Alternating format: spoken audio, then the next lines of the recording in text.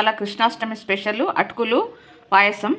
అటుకులు, పొడి అటుకులు 1 కప్పు, కొన్ని పాలు, ఇలాచి, డ్రై ఫ్రూట్స్, కొద్దిగా బెల్లము పెట్టుకోవాలండి. వాటర్ పోసి కడుక్కోవాలండి అటుకులు.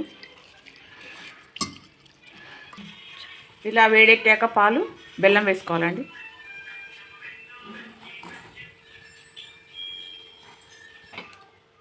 ఇలా కరిగే వరకు చూడాలి, కలుపుకోవాలి.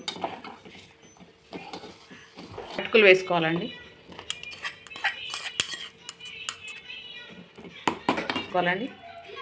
డ్రై ఫ్రూట్స్ నెయ్యిలో వేయించుకోవాలండి. ఇందులో వేసుకోవాలండి. అటుకుల పాయసం రెడీ అండి. కృష్ణుడికి ఇష్టం అండి చాలా.